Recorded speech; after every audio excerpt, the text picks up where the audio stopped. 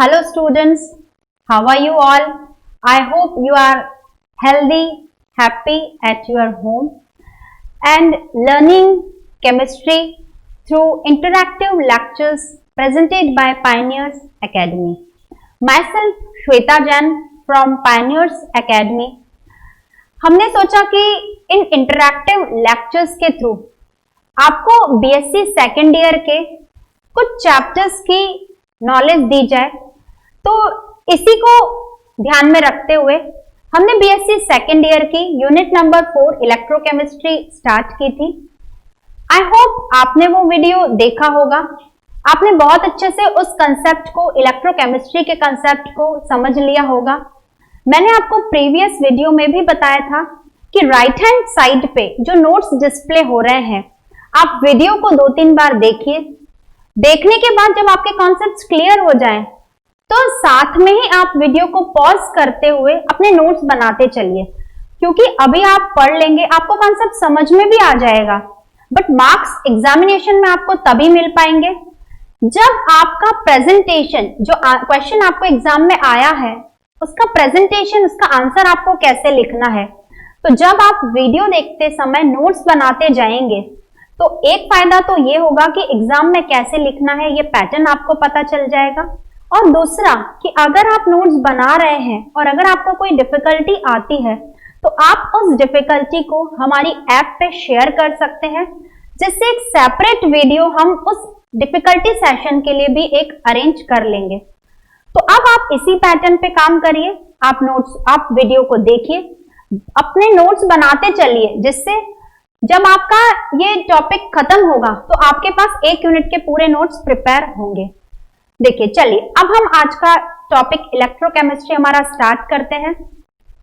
हमने electrochemistry start किया था तो मैंने आपको बताया था कि इलेक्ट्रोकेमिस्ट्री फिजिकल केमिस्ट्री का वो ब्रांच है जिसमें हम इलेक्ट्रिकल एनर्जी का केमिकल एनर्जी और केमिकल एनर्जी का इलेक्ट्रिकल एनर्जी में इंटरकन्वर्जन पढ़ते हैं।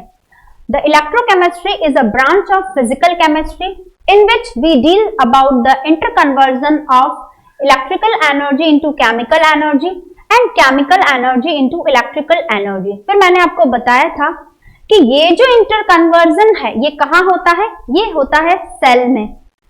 तो हम सेल के रिस्पेक्ट में इसको डिफाइन कर चुके हैं कि इलेक्ट्रोकेमिस्ट्री फिजिकल केमिस्ट्री का वो ब्रांच है जिसमें हम सेल और सेल में होने वाली वेरियस केमिकल रिएक्शन को स्टडी करते हैं, उसका मैकेनिज्म स्टडी करते हैं।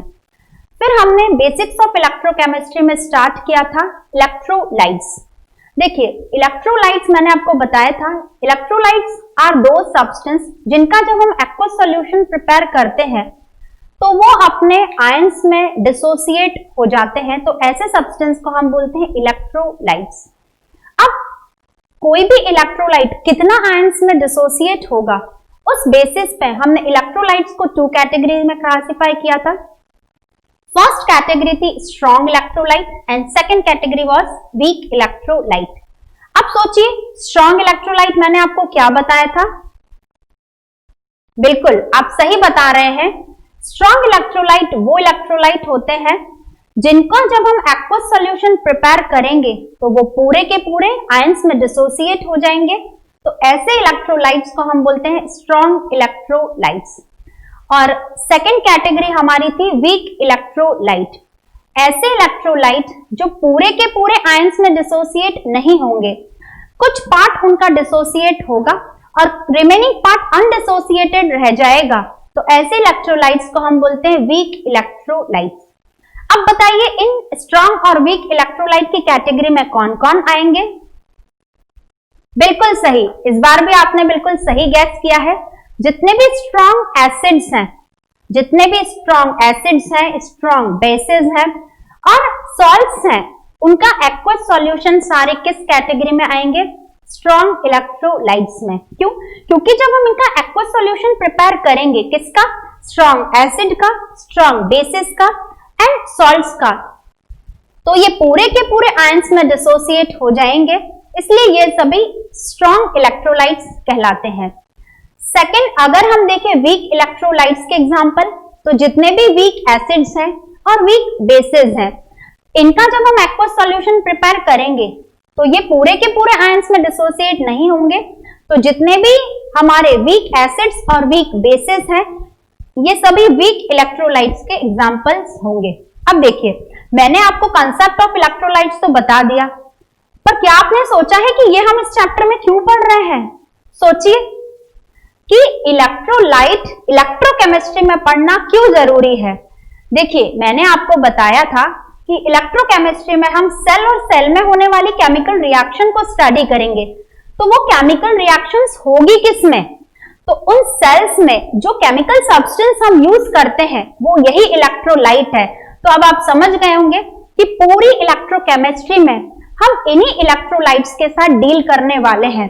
हम वेरियस टाइप्स के सेल्स पढ़ेंगे और उन सेल्स में काम में आने वाले इलेक्ट्रोलाइट्स को देखेंगे कि कौन कौन से इलेक्ट्रोलाइट्स हम काम में ले रहे हैं और उनकी केमिकल रिएक्शंस क्या है जिसकी वजह से इलेक्ट्रिसिटी प्रोड्यूस हो रही है, जो सेल का मेन एम होता है।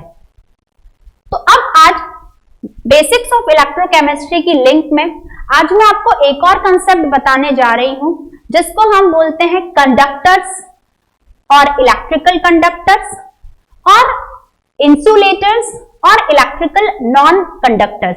देखिए, कंडक्टर्स एंड इंसुलेटर्स ये आपके लिए कोई नई बात नहीं है, बट हम जब कंडक्टर्स और इंसुलेटर्स पढ़ लेंगे उसके बाद हम डिस्कस करेंगे टाइप्स ऑफ कंडक्टर्स। तो देखिए, कंडक्टर्स क्या होता है।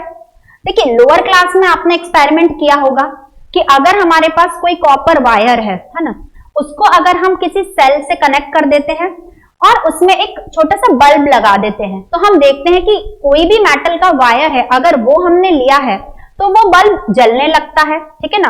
और अगर उस सर्किट में हम कहीं ना कहीं एक लकड़ी का पीस लगा दें तो हम देखते हैं कि वो बल्ब नहीं जलता है। हम सबको पता है ऐसा क्यों होता है। हम सिंपली कह देते हैं कि जो वायर्स हैं, मेटल्स हैं, वो इलेक्ट्रिसिटी के गुड कंडक्टर्स होते हैं और जो वुड है वो इलेक्ट्रिसिटी की नॉन कंडक्टर्स होती है, वो उसकी इंसुलेटर्स हम उसको बोलते हैं। तो चलिए हम डिफाइन करते हैं कंडक्टर्स एंड इंसुलेटर्स। तो देखिए, कंडक्टर्स वो सब्सटेंस होते हैं जो अपने अंदर से इलेक्ट्रिसिटी को पास होने देते हैं। The conductors are the substance which allow the electricity to pass through them। उनको हम बोलते हैं कंडक्टर्स, और क्योंकि वो अपने अंदर से इलेक्ट्रिसिटी को पास होने दे रहे हैं इसलिए हम उनको बोलते हैं इलेक्ट्रिकल कंडक्टर्स। अब ये इलेक्ट्रिकल कंडक्टर्स की कैटेगरी में कौन कौन आएंगे? तो जितनी भी हमारे पास मेटल्स है, कॉपर है, एल्यूमिनियम है, आयरन है, ये सभी क्या होती है? They are conductor, they are good conductor of electricity, क्योंकि वो अपने में से इलेक्ट्रिसिटी को पास होने देती है। अगर हम देखें कुछ सॉल्ट्स के एक्वस सॉल्यूशन, तो वो एक्वस सॉल्यूशन भी क्या करते हैं? अपने अंदर से इलेक्ट्रिसिटी को पास होने देते हैं। तो aqueous solution of some salts are also examples of conductors. अब हम डिफाइन कर लेते हैं इंसुलेटर्स को और इलेक्ट्रिकल नॉन कंडक्टर्स को। ऐसे सब्सटेंस जो अपने में से इलेक्ट्रिसिटी को पास नहीं होने देते हैं, दे आर कॉल्ड इंसुलेटर्स और इलेक्ट्रिकल नॉन कंडक्टर्स। जो अपने अंदर से इलेक्ट्रिसिटी को पास नहीं होने देते हैं, इलेक्ट्रिसिटी का हिंडर्स करते हैं, उन सब्सटेंस को हम बोलते हैं इंसुलेटर और इलेक्ट्रिकल नॉन कंडक्टर्स। अब इस कैटेगरी में कौन कौन आएंगे? देखिए, वुड है, प्लास्टिक्स है, वेरियस पॉलीमर्स है। उसके बाद अगर आप देखो, बहुत सारे एग्जाम्पल ऐसे हैं डे टू डे लाइफ में जो अपने अंदर से इलेक्ट्रिक करंट को पास नहीं होने देते हैं, वो सारे किस कैटेगरी में आएंगे? इंसुलेटर्स की कैटेगरी में आएंगे। अब आपने कभी ये सोचने की कोशिश की है कि ऐसा क्यों हो रहा है कि कुछ सब्सटेंस तो अपने में से इलेक्ट्रिसिटी को पास होने दे रहे हैं और कुछ सब्सटेंस इलेक्ट्रिसिटी को पास नहीं होने दे रहे हैं, है ना। और इस बेसिस पे कि कुछ सब्सटेंस अपने में से इलेक्ट्रिसिटी को पास करवा रहे हैं और कुछ नहीं पास करवा रहे हैं, ऐसा क्यों होता है? देखिए, सिंपल सा कंसेप्ट है कि जो कंडक्टर्स होते हैं उनमें फ्री आयंस होते हैं, फ्री इलेक्ट्रॉन्स होते हैं जो करंट को कैरी करते हैं, करंट को अपने में से पास होने देते हैं, और उस करंट के चार्ज कैरियर्स वो इलेक्ट्रॉन्स और आयंस बन जाते हैं, जिसकी वजह से इलेक्ट्रिसिटी पास हो पाती है। और जैसे मैंने आपको बताया इंसुलेटर्स हैं, उनमें ये चार्ज पार्टिकल्स इलेक्ट्रॉन प्रेजेंट नहीं होते हैं, तो इस वजह से वो अपने अंदर से इलेक्ट्रिसिटी को पास नहीं होने देते हैं। तो ये तो हुआ हमारा concept of conductors and insulator, ये तो हम पहले भी पढ़ चुके हैं। अब हम देखते हैं कि ये जो कंडक्टर्स हैं ये कितने टाइप के होते हैं या कितने टाइप के हो सकते हैं। The flow of current through a conductor is known as electrical conduction. किसी सब्सटेंस में से, किसी कंडक्टर में से इलेक्ट्रिसिटी का फ्लो ही इलेक्ट्रिकल कंडक्शन कहलाता है। And on the basis of manner of conduction और मोड ऑफ कंडक्शन, कि उसमें से इलेक्ट्रिसिटी किस तरह से पास हो रही है, किन की वजह से पास हो रही है, उस बेसिस पे हमने कंडक्टर्स को दो कैटेगरी में क्लासिफाई किया है। फर्स्ट होते हैं मेटालिक कंडक्टर्स और दूसरे होते हैं इलेक्ट्रोलाइटिक कंडक्टर्स। तो चलिए हम एक एक करके डिस्कस करते हैं metallic conductors and electrolytic conductors. देखिए आप सभी पढ़ चुके हैं कि जितनी भी मेटल्स है वो क्या होती हैं, वो गुड कंडक्टर ऑफ इलेक्ट्रिसिटी होती हैं, क्योंकि मेटल्स में क्या होते हैं, फ्री आयंस होते हैं। देखिए हम पढ़ चुके हैं कि जितनी भी मेटल्स हैं वो क्या करती हैं, वो इलेक्ट्रॉन को लूज करती हैं और खुद पॉजिटिव आयन में कन्वर्ट हो जाती है। ये जो फ्री इलेक्ट्रॉन्स है ये मेटल में ही रहते हैं। तो अगर मैं बात करूं कि अगर हमने लिया है एक मेटल का पीस, तो इस मेटल में हमारे पास M पॉजिटिव आयंस होंगे और फ्री इलेक्ट्रॉन्स होंगे। अब जब मैं इस मेटल के पीस को किसी बैटरी से कनेक्ट कर दूंगी तो क्या होगा, सर्किट कंप्लीट हो जाएगा और ये जो फ्री इलेक्ट्रॉन्स है ये मूव करेंगे from negative terminal of the battery to the positive terminal of the battery. और इन्हीं फ्री इलेक्ट्रॉन के मूवमेंट की वजह से यहाँ पर क्या प्रोड्यूस होगा, इलेक्ट्रिसिटी जनरेट होगी जो पॉजिटिव टर्मिनल से negative terminal of the battery की तरफ मूव करेगी। देखिए जब हमने यहाँ पर मेटल का पीस या मेटल की प्लेट ली है, तो क्योंकि उनमें फ्री इलेक्ट्रॉन्स हैं और इन फ्री इलेक्ट्रॉन्स की वजह से यहाँ पर इलेक्ट्रिसिटी का कंडक्शन हो रहा है, तो इस टाइप के कंडक्टर्स को हम बोलते हैं मेटालिक कंडक्टर्स, है ना। तो metallic conductors are those conductors in which the flow of current और the flow of electricity is due to these free electrons, hence they are known as metallic conductors। क्योंकि ये कंडक्टर्स कौन से हैं, metal के बने हुए हैं, इसलिए हम इनको बोलते हैं मेटालिक कंडक्टर्स। इनको हम एक और नाम दे सकते हैं, सेकंड नाम इनका होता है इलेक्ट्रॉनिक कंडक्टर्स, क्योंकि इनमें जो कंडक्शन हो रहा है करंट का वो क्यों हो रहा है, due to free electrons, hence they are known as electronic conductors। अब ये जो मेटालिक और इलेक्ट्रॉनिक कंडक्टर्स होते हैं वो कौन कौन से हो सकते हैं, ये हमारी बहुत सारी मेटल्स हो सकती है, जैसे कॉपर, एल्यूमिनियम है। सिंपल अगर हम एग्जांपल लें एल्यूमिनियम का, तो देखिए एल्यूमिनियम जो है वो क्या करता है, अपने 3 वैलेंस इलेक्ट्रॉन को डोनेट कर देता है और Al3 पॉजिटिव में कन्वर्ट हो जाता है, ठीक है। तो इन इलेक्ट्रॉन्स की वजह से, फ्री इलेक्ट्रॉन की वजह से एल्यूमिनियम जो है वो गुड कंडक्टर ऑफ इलेक्ट्रिसिटी है। और ये जो एल्यूमिनियम है क्योंकि एक मेटल है और इसमें जो इलेक्ट्रिसिटी का कंडक्शन हो रहा है it is due to free electrons, इसलिए हम बोल सकते हैं कि जो एल्यूमिनियम है ये इलेक्ट्रॉनिक कंडक्टर्स या फिर मेटालिक कंडक्टर्स है। सिंपली इसी तरह से जो ग्रेफाइट है उसमें भी फ्री इलेक्ट्रॉन्स होते हैं और यही फ्री इलेक्ट्रॉन्स जो इलेक्ट्रिसिटी है उसका कंडक्शन करते हैं। तो जो ग्रेफाइट है it is also an example of metallic और इलेक्ट्रॉनिक कंडक्टर्स। अब अगर हम इस मेटल प्लेट की जगह कोई इलेक्ट्रोलाइटिक सॉल्यूशन ले लें, इलेक्ट्रोलाइटिक सॉल्यूशन मैंने यहाँ पर ले लिया NaCl का, तो जब हमने यहाँ पे NaCl का एक्वस सॉल्यूशन लिया है तो यहाँ पे बहुत सारे Na पॉजिटिव आयंस होंगे और Cl नेगेटिव आयंस होंगे। This is the aqueous solution of NaCl। हम एक्वस सॉल्यूशन की जगह मोल्टन NaCl भी ले सकते हैं क्योंकि उसमें भी क्या होंगे, Na पॉजिटिव आयन और Cl नेगेटिव आयन।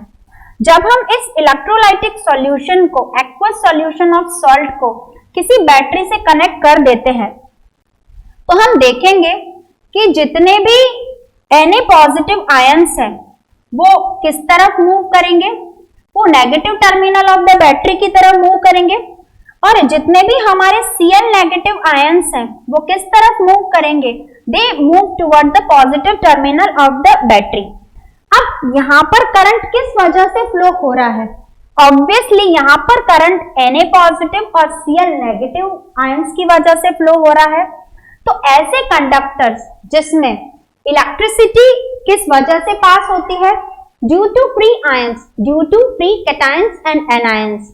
ऐसे कंडक्टर्स जिसमें इलेक्ट्रिसिटी का कंडक्शन कैटायंस और एनायंस की वजह से होता है, ऐसे कंडक्टर्स को हम बोलते हैं इलेक्ट्रोलाइटिक और आयनिक कंडक्टर। देखिए इलेक्ट्रोलाइटिक क्यों बोलते हैं? क्योंकि यहाँ पर जो सब्सटेंस हमने लिया है ये क्या है? इलेक्ट्रोलाइट है, और क्योंकि यहाँ पे कंडक्शन किस वजह से हो रहा है? Due to free cations and anions, इसलिए हम इसको बोलते हैं आयनिक कंडक्टर्स। देखिए अब ये इलेक्ट्रोलाइटिक और आयनिक कंडक्टर्स कौन कौन से हो सकते हैं?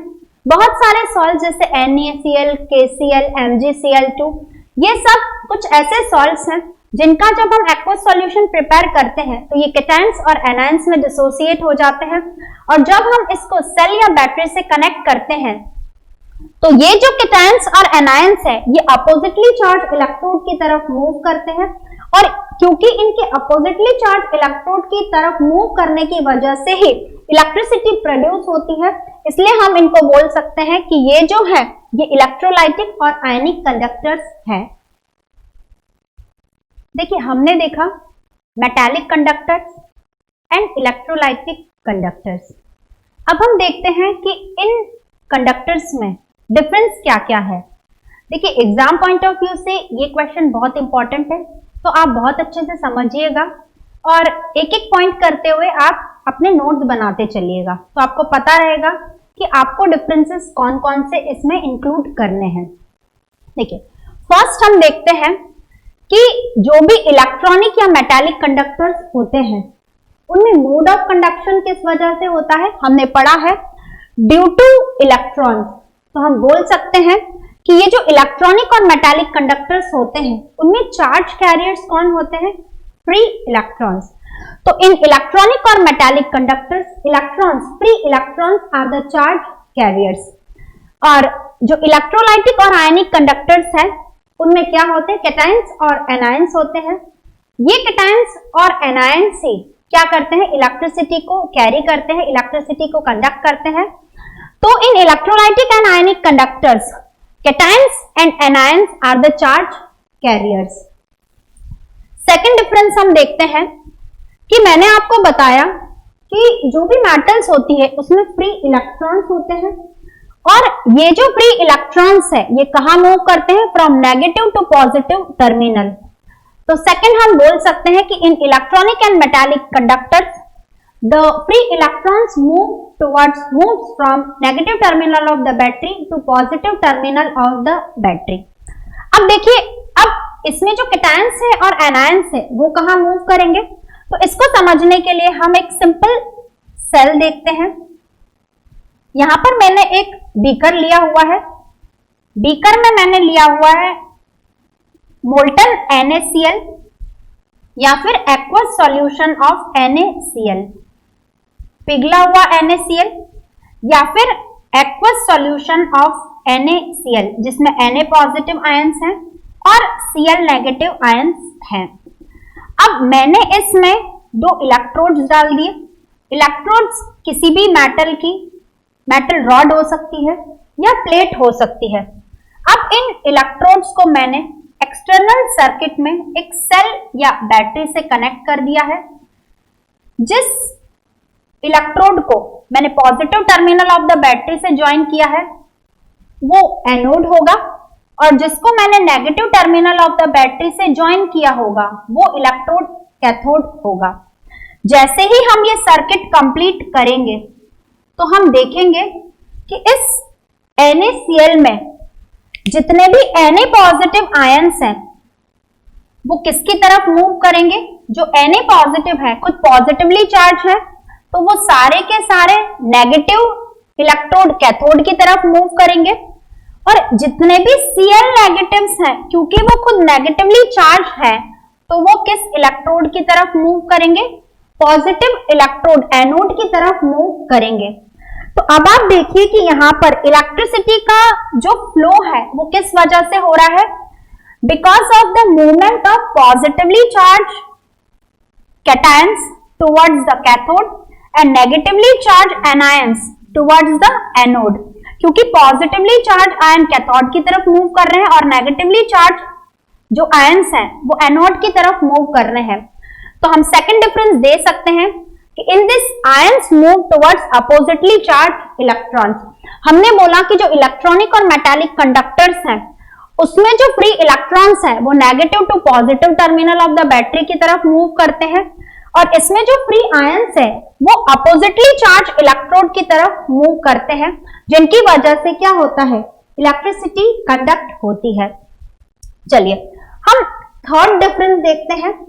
जब देखिए कि जब इलेक्ट्रॉनिक कंडक्टर्स हम लेते हैं और जब इसमें से फ्लो ऑफ करंट होता है, तो क्या मेटल में कोई चेंज आया है? उसका कंपोजिशन, उसका केमिकल कंपोजिशन चेंज हुआ है? नहीं, मेटल अभी भी वही है, ठीक है ना। सिर्फ किसका मूवमेंट हुआ है? फ्री इलेक्ट्रॉन्स का। और अगर यहां हम देखें तो पहले हमारे पास NaCl था बोल्टन फॉर्म में या उसका एक्वस सॉल्यूशन था, बट अब क्या होगा? यहाँ पर सॉल्यूशन में अब NaCl नहीं है, Na पॉजिटिव और Cl नेगेटिव आयंस है। तो यहाँ पर हम बोल सकते हैं कि जो सब्सटेंस है उसका केमिकल कंपोजिशन चेंज हो जाता है। तो हम बोल सकते हैं कि during the flow of current, कहां पर? इन इलेक्ट्रॉनिक और metallic conductors there is no chemical change occur. यहां पर कोई केमिकल चेंज नहीं होगा, बट जब इलेक्ट्रोलाइटिक और आयनिक कंडक्टर्स में से इलेक्ट्रिसिटी जनरेट होगी, तो क्योंकि सब्सटेंस में यहाँ पर ये जो प्रोसेस हुआ है इसको हम बोलते हैं इलेक्ट्रोलिसिस, जो हम नेक्स्ट लेक्चर में बहुत डिटेल में समझेंगे। और इस इलेक्ट्रोलिसिस की वजह से जो सब्सटेंस था वो अब आयंस में डिसोसिएट हो गया है, तो उसका जो केमिकल कंपोजिशन है वो चेंज हो गया है। इट मींस इसमें क्या हुआ है? केमिकल चेंज हुआ है। अब अगर हम देखें फोर्थ डिफरेंस कि अगर हम यहाँ पर टेम्परेचर को बढ़ाते हैं तो हम देखेंगे कि कंडक्टेंस पे क्या इफेक्ट होगा। देखिए ये जो फ्री इलेक्ट्रॉन्स है अपनी स्पीड से मूव कर रहे हैं towards negative to positive terminal of the battery. अब आपने इसका टेम्परेचर बढ़ा दिया। अब आप टेम्परेचर बढ़ाएंगे तो क्या बढ़ेगी? काइनेटिक एनर्जी बढ़ेगी।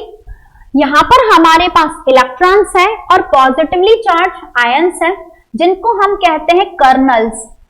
जैसे ही हम यहाँ पर टेम्परेचर बढ़ाएंगे, ये जो कर्नल्स हैं पॉजिटिवली चार्ज कैटायंस हैं, ये अपनी पोजीशन पे वाइब्रेट करने लगेंगे, जिससे वो इलेक्ट्रॉन के मोशन में हिंड्रेंस प्रोड्यूस करेंगे। और इस इलेक्ट्रॉन के मोशन में जब वो हिंड्रेंस प्रोड्यूस करेंगे तो यहाँ पर रेजिस्टेंस क्या होगा? रेजिस्टेंस बढ़ जाएगा, और रेजिस्टेंस बढ़ेगा तो कंडक्टेंस क्या होगा? कम हो जाएगा। तो हम बोल सकते हैं कि इलेक्ट्रॉनिक और मेटालिक कंडक्टर्स में as we increase the temperature, जैसे जैसे हम टेम्परेचर को बढ़ाते हैं कंडक्टेंस विल डिक्रीज। अब दूसरी तरफ हम देखते हैं, अगर इस सॉल्यूशन का हमने टेम्परेचर बढ़ा दिया, टेम्परेचर बढ़ाएंगे तो ऑब्वियसली जो NaCl है वो क्या होगा? और आयंस में डिसोसिएट होना स्टार्ट हो जाएगा, है ना। और दूसरी चीज कि टेम्परेचर बढ़ाते ही इनकी आयनिक मोबिलिटी क्या होगी? इंक्रीज हो जाएगी, और ये जल्दी जल्दी अपने अपोजिटली चार्ज इलेक्ट्रोड की तरफ पहुंचेंगे, जिसकी वजह से जो कंडक्टेंस है वो क्या होगा? इंक्रीज होगा। तो हम बोल सकते हैं कि जो इलेक्ट्रॉनिक और मेटालिक कंडक्टर्स हैं उसमें जब हम टेम्परेचर को इंक्रीज करते हैं तो कंडक्टेंस डिक्रीज होता है, बट जो हमारे इलेक्ट्रोलाइटिक और आयनिक कंडक्टर्स हैं उनमें टेम्परेचर जैसे हम बढ़ाएंगे तो आयंस की स्पीड इंक्रीज हो जाएगी, जिसकी वजह से जो कंडक्टेंस है वो भी क्या होगा? इंक्रीज होगा। तो ये कुछ बेसिक डिफरेंसेस हैं बिटवीन कंडक्टर्स, बिटवीन इलेक्ट्रॉनिक और मेटालिक कंडक्टर्स एंड इलेक्ट्रोलाइटिक और आयनिक कंडक्टर्स, ठीक है।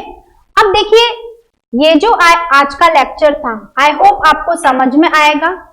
राइट हैंड साइड पर आपको नोट्स डिस्प्ले हो रहे हैं। मैं आपसे उम्मीद करूंगी कि ये नोट्स को आप कॉपी करते जाइए, समझते जाइए, अपनी नोटबुक में नोट्स बनाते चलिए, ठीक है। और अगर आपको कोई डिफिकल्टी आती है नोट्स बनाते समय, तो आप हमारी ऐप पे उसको सेंड कर दीजिए, तो हम डाउट के लिए एक डिफरेंट सेशन ऑर्गेनाइज कर लेंगे, ठीक है। तो आप इन लेक्चर्स को सुनिए, अपने नोट्स बनाइए और डिफिकल्टीज को ऐप पे अपलोड कर लीजिए, जिसके हम जो नेक्स्ट लेक्चर है, उन आने वाले लेक्चर्स हैं, उनमें इन डिफिकल्टीज को इंक्लूड कर लेंगे। So goodbye, thank you.